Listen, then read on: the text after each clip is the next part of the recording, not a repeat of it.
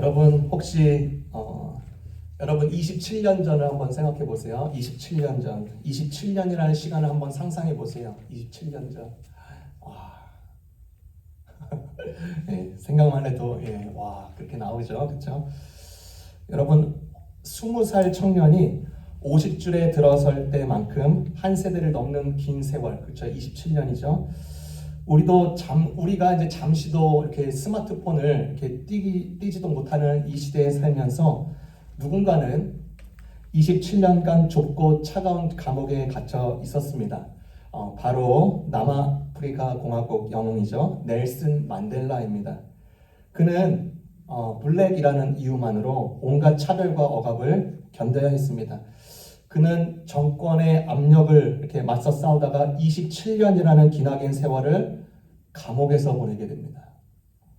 마침내 자유의 몸이 되었습니다. 그가 주장한 국가의 용서, 화합을 외치면서 대통령의 자리까지 오르게 됩니다. 대단한 거죠. 그리고 자신을 억압했던 백인들에 구성되어 있던 그 정부를 용서해주고 나라를 통합했습니다. 온 국민이요, 그가 이룬 거대한 용서의 기적에 환호하고 감동을 했습니다. 하지만 만델라의 삶에 용서하지 못한 한 사람이 있었습니다. 그가 바로 27년의 감옥 생활을 지내면서 밖에서 그의 정신적 지주를 역할을 했던 그의 아내 위니 만델라입니다. 수십 년들 세월 동안에 서로 다른 길을 걸어온 두 사람은 결국 이혼을 택하게 됩니다. 만델라는 세상의 모든 것을 용서했는데 가장 가까웠던 아내는 용서하지 못했습니다. 모든 사람에게 용서를 보여줬던 그가 정작 가장 가까운 사람에게는 용서의 문을 닫아버렸습니다. 국가에게 용서와 화합을 외친 그였는데 그래서 대단한 업적을 얻었던 그가 왜 가장 가까운 사람에게는 용서의 문을 닫아버린 것일까? 여기서 우리는 질문할 수 있죠. 정말 용서가 과연 그게 쉬운 것일까? 넬슨 만델라의 그 대통령의 실화는 우리에게 용서가 얼마나 어렵고 복잡한 감정인지 정확하게 보여줍니다. 그리고 오늘 우리는 바로 여기서 이 용서에 대해서 함께 생각해 보려고 합니다. 진정한 용서는 어떤 모습일까? 그리고 우리가 어떻게 그 용서의 길을 걸어갈 수 있을까? 여러분과 세 가지를 놓고 함께 보고자 합니다. 첫 번째로는요, 조건적 용서와 값싼 용서에 대해서 우리에게 알려주십니다. 여러분, 누군가의 용서 많이 받아보셨나요? 아니면 누군가를 위해서 혹시 용서를 많이 이렇게 베풀어 보셨나요? 이 용서는 아름다운 보물과도 같은데 이 용서를 자칫 잘못 사용하는 경우도 참 많습니다. 값싼 용서 혹은 조건적인 용서입니다. 여러분 영화 밀량이라는 영화가 있습니다. 잘 아시죠?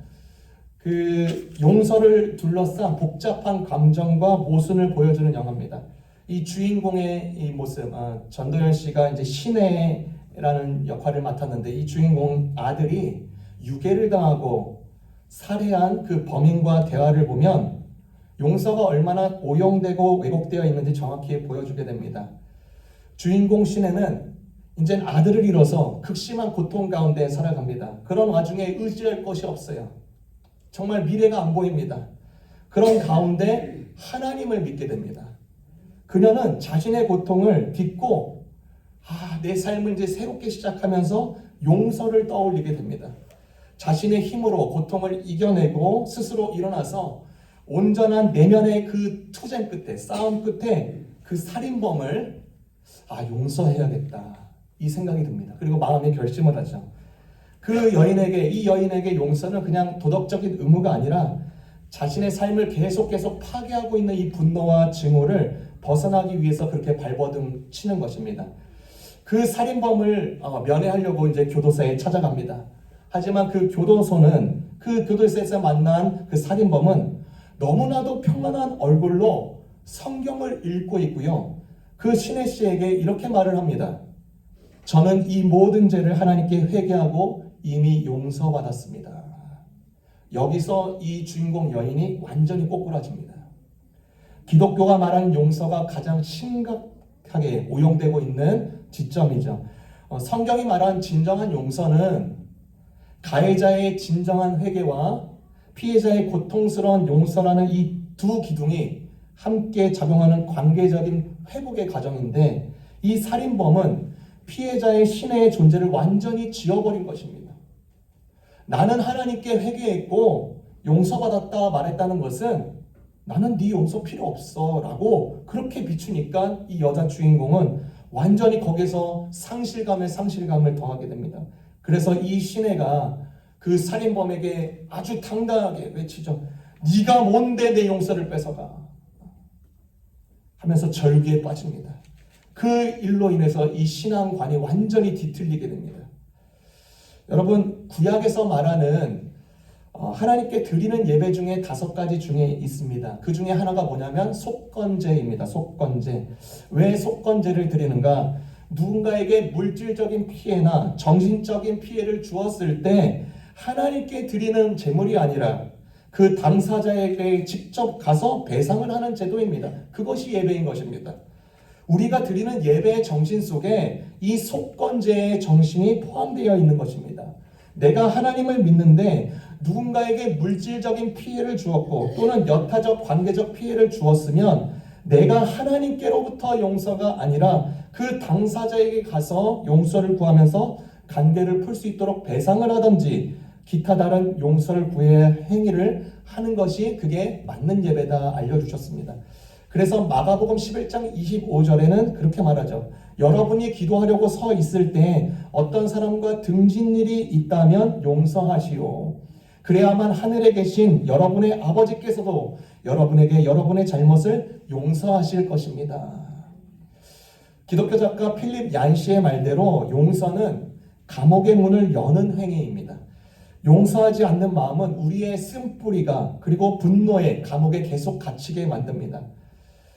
영화에서 아까 보았던 그 시내라는 그 사람이 그 감옥에서 벗어나기 위해서 스스로의 마음을 문 열 준비가 돼 있었습니다. 그러나 그 살인범은 나는 죄수가 아니다. 나는 다 용서받았다 라고 말하면서 그녀가 열려고 했던 그 감옥 문 자체를 완전히 무의미하게 만들어 버렸습니다. 가해자가 진정한 속건 의식을 가진 진짜 용서를 구한 게 아니라 단지 죄책감에서 벗어나기 위한 값싼 용서, 조건적 용서를 취한 것입니다. 그런 결과는 그 피해자를 더욱더 최악의 길로 몰고 절망에 빠지게 만드는 것이죠. 여러분, 이어령 교수가 용서에 대해서 글을 썼는데 아주 중요한 말을 했습니다. 용서는 덧셈이 아니라 뺄셈이다 라고 말을 했습니다. 이 말은 무엇이냐? 우리가 보통 용서를 생각할 때요, 내가 너에게 준 용서 플러스 너의 회개, 이거를 보통 용서의 공식으로 생각합니다. 즉 상대방의 변화를 전제로 해서 용서를 내가 더해줄게 라고 덧셈의 원리를 가지고 있다는 것이죠. 그런데 진정한 용서는 덧셈이 아니라 뺄셈이다. 용서는 상대방이 가진 잘못을 인정하는 것부터 시작하고, 그래서 그 잘못에 대한 내가 가지고 있는 기대와 요구 그리고 그 고통을 빼는 행위이다. 상대방의 잘못이 사라지는 것이 아니라 내가 그 잘못에 대한 증오와 분노, 무거운 짐을 내 마음속에서 빼내는 것, 그것이 용서라는 거예요. 그래서 아까 말했던 그 살인범은 자기의 회개라는 그 덧셈만으로 용서를 완성하려고 했는데, 진정한 용서는 피해자의 마음에서 분노와 그 증오심을 빼내는 고통스러운 과정을 통해서 비로소 시작된다는 것을 우리가 잘 알게 됩니다. 살인범의 그 일방적인 용서 선언은 그 시내에게 뺄셈의 기회조차 주지 않았고 오히려 더 큰 분노와 증오를 더하게 만들었습니다. 여러분, 우리도 역시 성경에서 말하는 용서, 참된 용서가 아니라 용서에 대해서 오용하거나 오해하거나 다른 방향으로 적용할 때가 너무나도 많습니다. 마치 이렇게 말할 수가 있습니다. 나는 살면서 용서받아야 될 조건을 만들지도 않았고 만들려고 하지도 않아. 누구에게도 전혀 피해 주지도 않았고 어떻게 보면 인간 그 관계가 너무나도 피곤하기 때문에 이렇게 용서를 구하고 용서를 받는 자체가 너무 고리타분하고 너무 뻔해. 이렇게 말하는 사람들이 있죠. 우리가 될 수 있습니다. 충분히 그럴듯합니다. 많은 사람들이 공감합니다. 스스로 정직하게 살고 타인에게 피해 주지 않으면서 노력하는 사람들이 가질 수 있는 생각이죠. 용서라는 개념 자체가 불필요하게 여겨질 때가 많이 있습니다. 그런데 오늘 본문을 보면 이 용서의 본질은 단순히 피해를 주고받는 관계에만 국한되지가 않습니다. 우리 23절부터 24절을 보겠습니다. 23절, 24절.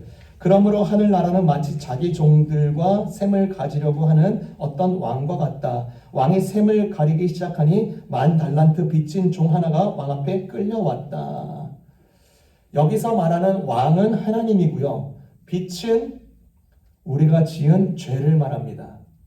여러분, 주기도문을 할 때 우리가 가진 죄라고 했을 때 그 영어 번역이 debt입니다. 빚이 그 죄라는 거예요. 그러니까 이 비유는 하나님과 인간의 관계를 먼저 이야기해주고 있습니다. 10,000달란트라는 것은 이 엄청난 죄, 우리가 평생 갚을 수도 없는 하나님께 지은 죄를 말합니다.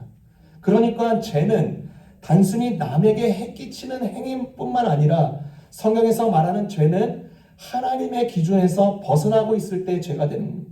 우리 모두가요, 크고 작은 빚을 지고 있는 셈입니다. 누군가에게 직접적인 피해를 주지 않더라도 때로는 마음속으로 교만하게 할 수 있거나 남을 판단하거나 질투하거나 미워하는 마음을 가질 수 있습니다. 이것이 모두 하나님과의 관계에서 우리를 멀어지게 하는 빛이 되는 것입니다. 이 용서의 범위는 단순히 인간관계에만 머물지 않고 먼저 하나님과의 관계임을 비유가 말해주는 것이죠. 35절을 보겠습니다.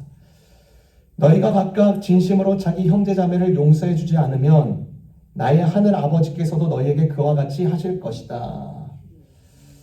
어떤 사람들은요, 이 본문을 보면서 이런 불만을 갖습니다. 하나님 너무 옹졸한 하나님 아니야?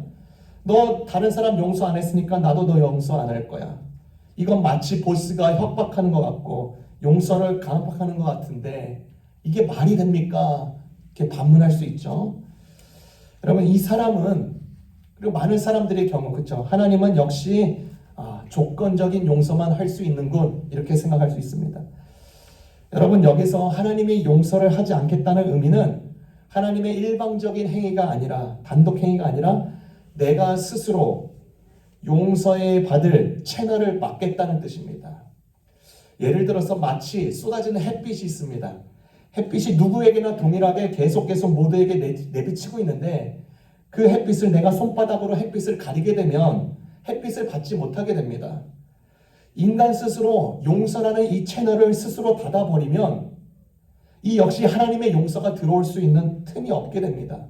하나님은 용서할 준비가 얼마든지 되어 있지만 10,000달란트입니다. 그렇죠? 우리가 타인을 용서하지 않음으로써 우리가 스스로 용서받을 수 있는 문을 닫아버리는 것과 똑같은 것입니다. 하나님은요, 우리에게 자유의지를 100%다 주셨습니다. 그리고 하나님은 그 뜻을 존중해 주십니다. 우리가 마음의 문을 닫고 다른 사람을 용서하지 않겠다고 결정하면 그 결정 하나님께서 존중해 주시고 받아들이십니다. 그런데 그 결과는 우리 몫으로 지극히 당연하게 돌아오는 것입니다. 그것을 알려주는 것입니다. 두 번째로는요, 이 본문이 무엇을 말하는가? 매는 용서와 푸는 용서가 있음을 알려주십니다. 그러면 우리가 한 가지 의문이 들겠죠. 아까 영화에서 살인범과 같이 용서에 대한 심각한 오해를 가지고 있는 사람들 주변에 얼마든지 많습니다. 그리고 그 신앙의 이름으로 회복의 과정을 완전히 쌍그리 뽑아버리는 사람들도 우리 주변에 충분히 있을 수 있습니다. 혹은 믿는 자가 아니더라도 지속적으로 나에게, 상대에게, 누군가에게 피해를 입히는 사람이 있을 수 있습니다. 그런 사람들을 어떻게 상대해야 될까? 우리 앞에 나가서 18장 15절부터 17절을 보겠습니다. 18장 15절에서 17절 제가 읽도록 하겠습니다. 너의 형제가 너에게 죄를 짓거든 가서 단둘이 있는 자리에서 그에게 충고하여라. 그가 너의 말을 들으면 너는 그 형제를 얻은 것이다. 그러나 듣지 않거든 한두 사람을 더 데리고 가거라. 그가 하는 모든 말을 두세 증인의 입을 빌어서 확정 지으려는 것이다. 그러나 그 형제가 그들의 말도 듣지 않거든 교회에 말하여라. 교회의 말조차 듣지 않거든 그를 이방 사람이나 세리와 같이 여겨라. 이 본문은요, 교회 공동체를 위한 말씀이고 공동체 질서와 회복을 위한 구체적인 절차를 알려줍니다. 세 단계로 알려주죠. 물론 이것은 교회 공동체를 위한 말씀이기도 하지만 넌 크리스찬들도 이것을 적용하면 굉장히 유용하다는 것을 우리가 발견하게 됩니다. 그 세 단계가 이렇습니다. 첫 단계가 뭐냐? 먼저 갈등이나 문제를 발생시킨 당사자와 피해자끼리만 만나서 문제를 해결하려고 노력하는 것이죠. 이때 중요한 점은 서로가 자기의 타당함을 내세우고 뽐내고 그런 것이 아니라 서로가 속상한 점, 오해한 점, 진실한 태도로 나누는 게 목적인 것입니다. 여기서 절대로 상대방 오점을 드러내고 크게 부닥시키면 여기서 더 망가지고 마는 것입니다. 두 번째로, 만약 당사자끼리도 해결되지 않으면 한두 사람을 증인으로 데리고 다시 만납니다. 왜 곁에 동료들을 같이 데리고 세우는가?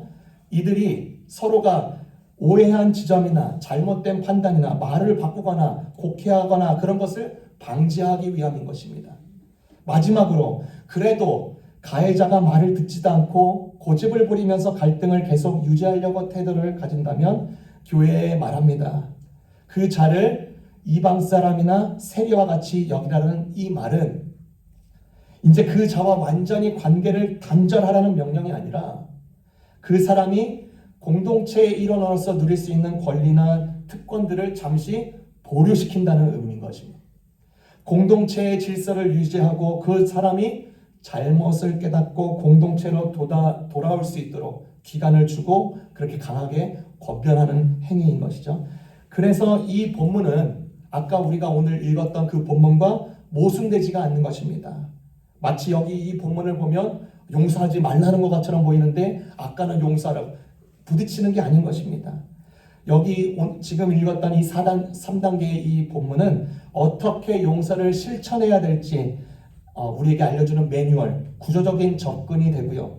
아까 읽었던 1만 달란트의 비유는 왜 용서해야 되는지에 대한 근본적인 이유와 태도를 알려주는 영적인 접근이 되는 것이에요.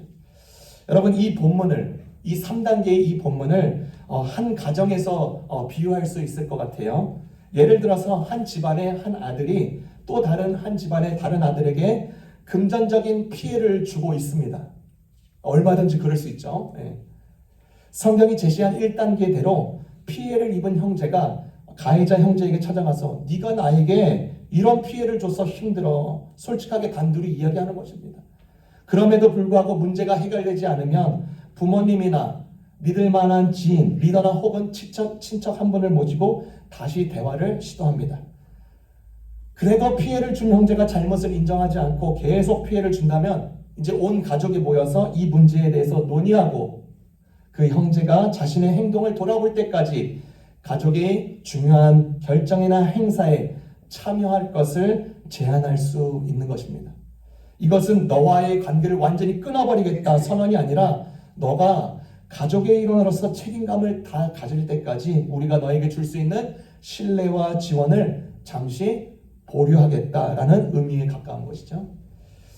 이와 같은 절차를 지나면서 피해를 입은 형제는 가해자 형제에 대한 마음속의 용서를 절대로 포기해서는 안 됩니다. 피해를 입은 형제는 나는 나에게 주어진 이 상처에 갇히지 않고 그를 미워하는 마음에서 벗어나겠다 결단해야 됩니다. 이건 가해자의 잘못을 눈감아 주겠다라는 의미가 아니라 자기가 지금 미움 속에서 갇혀있는 이 감옥에서 내가 내 자신을 빼내겠다라는 결단인 것이죠. 그리고 나서 이 본문 다음에 이렇게 말을 합니다. 18장 18절에서 20절입니다. 내가 진정으로 너희에게 말한다. 무엇이든지 너희가 땅에서 매는 것은 하늘에서도 매일 것이요 땅에서 푸는 것은 하늘에서도 풀릴 것이다. 내가 진정으로 너희에게 말한다. 땅에서 너희 가운데 두 사람이 합심하여 무슨 일인지 구하면 하늘에 계신 내 아버지께서 그들에게 이루어 주실 것이다. 두세 사람이 내 이름으로 모여 있는 자리, 거기에 내가 그들 가운데 있다. 여러분, 그 3단계의 그 용서 과정, 구조적인 그 접근과 오늘 일반 달란트의 그 영적인 접근, 왜 용서해야 되는지, 이 사이에 이 본문이 왜 있을까? 이 본문이 이야기하는 바가 뭘까? 여러분, 한국의 소록도 들어보셨죠? 한국의 전라남도 위치한 섬인데요. 이 소록도 전체는요, 이 소록도라는 전체는 섬의 그 이름이 소록도인데, 나 환자, 문둥병자 수용소입니다. 이 섬 전체가 그래요. 그리고 거기에 하나 이제 국립 병원이 있습니다. 그곳에 병원장님이 있는데 환자들을 정말로 정성스럽게 이렇게 모시는 분입니다. 간호사들 분들도요, 환자들의 손을 이렇게 스스럼 없이 잡아주시고 침이 흐르는 그 입가도 늘 이렇게 정성스럽게 닦아주시고, 이제 그 나환자니까요, 몇 개 남아있지 않는 그 환자의 발이나 그 손 발톱을 기꺼이 깎아주십니다. 거기 병원장님이 하루는 어떤 방문자에게, 외부 방문자에게 지나가다가 마늘밭을 하나 보여주십니다. 그러면서 이렇게 말을 해요. 저기 마늘밭이 보이죠? 저 마늘밭의 주인은 부부인데, 그 부인은 눈은 있으나 다리는 없고요. 그 남편은 다리는 있으나 눈이 없어요. 그래서 다리 있는 남편이 눈 있는 부인을 업고 나서 서로 한 몸이 되어서 거의 기다시피 밭을 맵니다. 그런데 놀라운 일은 이 일대 마늘밭에서 저 부부의 마늘밭이 잡풀 한 포기도 없이 가장 잘 가꾸어지고 있습니다. 그리고 원장님이 한마디 더 붙여요. 건강한 외부인들이 와서 볼 때, 우리 환자들을 볼 때 저게 인간이냐, 저렇게 살 바에 아예 죽고 말지 아둥바둥 살 필요가 뭐가 있느냐 하겠지만, 저것이 바로 인간의 진실된 삶의 모습입니다. 생명을 부여한 절대자가 허락할 때까지는 운명에 순종하고 살아가는 게 우리의 인생입니다. 여러분, 남편에게는 눈이 없는데 아내의 눈이 남편의 눈이 되어주어서 길을 보여줍니다. 아내는 다리가 없는데요, 남편의 다리가 아내의 다리가 되어서 그렇게 그들의 할 일을 하는 것입니다. 여러분, 그들이 스스로 느끼기에 약점을 누가 모르겠습니까? 너는 눈도 없으면서, 넌 다리도 없으면서, 그렇죠? 그런데 그들이 서로의 약점을 비난하지 않고 오히려 강점으로 서로를 보완해 주시면서 완전한 한 몸이 되어가는 거예요. 이것이 바로 예수님께서 용서하라는 이유인 것입니다. 우리가 누군가를 용서하지 못할 때 우리는 상대방에게 없는 다리나 눈을 주려 하지 않고 오히려 그의 부족함을 꼬집어내고 비난하는데 에너지를 낭비할 때가 너무나 많습니다. 그러나 진정한 용서는 상대방의 허물이나 죄를 이것이 너의 죄야 라고 규정하는 데 머무는 게 끝이 아닙니다. 그의 약점을 나의 강점으로 보완해주고 그의 잃어버린 부분을 찾아주는 데까지 나아가는 것입니다. 그래서 오늘 이 본문 18절에서 20절의 말씀은 너희가, 그쵸? 한 사람을 말하는 게 아닙니다. 너희가 회복과 용서를 위해 너희가 땅에서 매면, 그쵸? 땅에서 맺는데 하늘에서 역사해. 하늘에서 맬 것이요. 너희가 땅에서 풀면 하늘에서도 풀릴 것이다 라고 가르쳐 주는 거예요. 그러니까 이 용서의 메시지, 구조적인 접근과 영적인 접근 사이에 이 말씀이 있는 게 너무나도 우리에게 탁월하게 다가오는 것입니다. 마지막입니다. 모순과 불가능 속에서 피어나는 용서의 꽃에 대해서 알려주십니다. 여러분, 오늘 읽었던 본문 긴 구절인데 오늘 본문을 보면 마치 용서를 강요하고 있는 것처럼 보입니다. 그렇죠? 용서해야지 너, 강요하고 있는 것처럼 보입니다. 당신이 내가 무슨 일을 겪었는지 알아? 용서라는 단어 함부로 내뱉지만 상대방에게 칼로 수십 번을 찔린 듯한 자에게 이 본문을 드러내면 전혀 먹혀들지 않을 겁니다. 저는 여러분들이 상대방에 의해서 어려움을 겪었고 문제, 갈등과 폭언, 폭행 이 모든 것을 낮추려고 말하는 것이 아닙니다. 이 본문도 그래요. 일어난 일은 일어난 것입니다. 선택하지도 않았는데 일어난 일은 일어나요. 결과는 드러났어요. 하지만 그거에 대한 반응은 우리가 선택할 수 있습니다. 나를 끊임없는 감옥 속에 가둘 것인지 아니면 진짜 나를 해방하기 위해서 그 일을 할 것인지. 여러분, 일생에서는요, 참으로 모순과 뒤틀리는 일들이 너무나도 많이 생깁니다. 주변의 사람들과 이웃과 혹은 가족원과 많이 그럴 수 있습니다. 나한테 어떻게 그럴 수 있어? 네가 뭔데 나를 평가해? 나를 비웃고 뒤에서 험담하는 너는 도대체 뭐야? 그래서 용서를 택하기보다는 쉽고 빠른 방법을 택할 때가 많습니다. 무엇이죠? 피해버리거나 관계를 끊어버리는 일입니다. 용서 대신에 도망치거나 무시하거나 관계를 끊는 게 훨씬 효과적으로 보입니다. 하지만 그 선택은 단기적인 평안일 뿐 근본적인 해결책이 되어주지 못합니다. 우리가 용서보다는 회피, 전련을 하는 택하는 이유는 내 자신이 옳다라는 강한 확신 때문입니다. 상대방이 나에게 상처를 줬을 때 나는 피해자고 너는 가해자야 라는 이 명확한 구도를 세웁니다. 이렇게 구도를 세우면 나도 모르게 심리적인 안정감이 생깁니다. 내가 옳기 때문에 미워하는 것 당연하다고 생각하고요. 만약에 이 감정을 놓아버리면 곧 나의 정당성을 포기하는 것처럼 느껴지는 것입니다. 하지만 이 강한 확신 자체도 나를 가두는 감옥이 될 수 있습니다. 그 미움이 1%, 2%, 5%라는 이 잔재가 있어서 그 사람을 떠올릴 때 심리적인 싸움이 계속 일어나는 것입니다. 내 안에서 계속 일어나요. 결국 그 마음은 평생 자신의 평안을 갉아먹는 독으로 계속 남아있게 됩니다. 그래서 성경에도 잘 나오죠. 사울 왕이 다윗을 미워하면서 평생 용서를 구하지 않습니다. 자신의 일생을 낭비하면서 정신적인 그 피폐한 생활을 계속 이어가게 됩니다. 언제까지요? 그가 죽을 때까지. 그럼 이런 문제 속에, 이런 악순환의 고리 속에 있을 때 어떻게 이러한 악순환에서 벗어날 수 있을까? 내가 항상 옳을 수는 없다라는 것을 인정하는 용기에서 시작합니다. 상대방의 의견도 맞겠구나 인정하는 것입니다. 인간은 완벽하지 않고요. 우리의 판단이나 기억도 가물가물할 때가 있습니다. 나 자신도 모르게 상대방에게 상처를 주었는데 그걸 자신이 모를 수가 있어요. 상황을 완전히 오해해버리고 말을 바꿀 수도 있습니다.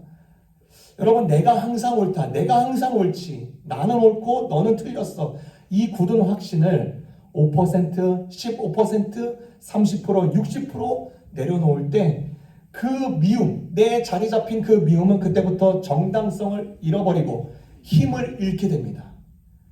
이건 절대로 패배한 게 아니에요. 나 자신을 정말 자유롭게 하는 현명한 선택인 것입니다. 마태복음 18장 23장에서 35절, 오늘 아까 봤던 그 내용, 용서는 우리의 삶에 있어서 가장 어려운 부분을 이렇게 파헤치는 것 같습니다. 예수님은 1만 달란트, 그렇죠? 수억의 빚을 탕감하는 종이, 그 종이 100달러요, 200만 원의 빚을 용서하지 못하는 모습을 지적합니다. 아까 말했듯이 1만 달란트의 빚은 인간의 힘으로 도저히 갚을 수 없는 우리가 하나님께 지은 죄의 무게를 상징합니다. 반면 100데나리온, 200만 원은 그에 비하면 티끌만도 못한 타인이 우리에게 저질른 그 티끌만한 그 잘못을 의미하는 것이죠. 여러분, 우리 몸이 볼 때 너무나도 신기할 때가 많습니다. 우리 몸의 세포는요, 과학계의 추정치로 우리 몸의 세포는 30조에서 40조의 세포가 있습니다. 이 인간 속에 30조와 40조의 세포가 있어요. 그런데 놀랍게도 이 세포는 매일 3,300억 개의 세포가 교체되는 걸로 알려져 있습니다. 3,300억 개. 그러면 우리는 매일 3,300억 개의 세포를 선물로 받고 있는 거예요. 세포 10,000개, 20,000개 죽었다고 끝이 아닌 것입니다. 상대가 나에게 문제를 일으키고 갈등을 유발하고 분노케 해서 나의 소중한 세포 500개, 5만 개, 10만 개 죽었다고 거기서 완전히 몰입되는 건 현명한 방법이 아닌 것입니다. 나에게 매일 3,300억 개의 세포가 다시 생겨나는 거예요. 구정물 한 바가지를 덮을 만한 폭포수가 내 안에 있는 겁니다. 우리가 결정적으로 용서하지 못하는 마음은 왜일까? 우리가 이미 얼마나 큰 은혜를 받았는지 망각했기 때문인 것입니다. 매일매일 하나님께서는요, 우리 자신을 볼 때 우리의 비청구서 내역을 매일매일 찢어버리는 것을 우리는 상상할 수 있겠습니까? 그러므로 우리가 기억해야 된다는 것은 용서는 단순히 그냥 감정 영역이 아니라 결단인 것입니다. 결단. 보통 용서를 상대방을 좋아하는 마음, 원망이 사라지기 쉬운 그 감정으로 생각하기 쉽습니다. 그런데 예수님은 그 예수님이 명령하신 용서는 감정의 상태라기보다는 하나님 앞에서의 선택인 것입니다. 하나님, 내가 더 이상 보복하지 않고 하나님께 맡기겠습니다. 이러한 신앙적 결단이 용서의 본질이고 시작이 되는 것입니다. 용서는요, 내가 하나님 앞에서 즉시 결단할 수 있습니다. 주님, 내가 이 사람을 주님께 맡기고요, 내 안에 원한을, 힘들지만 이 원한을 10%, 20%, 30% 내려놓겠습니다. 그런데 정작 그 사람과의 화해는, 그쵸? 상대방의 태도와 상황과 신뢰 회복이 필요하기 때문에 시간이 걸립니다. 시간이 걸려요. 용서는 나의 책임, 화해는 양쪽의 책임이라고 정확하게 구분 지으면 우리의 마음이 훨씬 더 가벼워지고 자유로워집니다. 용서는요, 강요받았으니까 강요대로 되는 게 절대로 아닌 것입니다. 그래서 말씀에서 강조하듯이 마음으로, 진정으로 내 형제를 용서하면, 그렇죠? 감정이 아닌 것입니다. 다른 사람들과 문제가 생겼을 때 그 문제에 완전히 그냥 그 문제만 100% 빠져들기보다는 다른 일, 내가 원래 하고 있던 일에 충분히 그 에너지를 돌리시고요. 강요에 의해서 의지적으로 용서하려고 애쓰지 마시고요. 하나님의 도움 없이는 용서할 수 없다는 사실을 인정하다 보면 자연스럽게 용서의 물꼬를 틀기 시작할 수 있는 것입니다. 그래서 영성신학자 달라스 윌리다가 이렇게 말을 합니다. 이 말을 하고 마치겠습니다. 용서는 어쩔 수 없는 의무도 아니요, 자신에 대해 무언가를 증명하는 행위도 아니다. 용서는 그저 현명한 행위이다. 그래서 하나님은 용서하신다. 기도하겠습니다.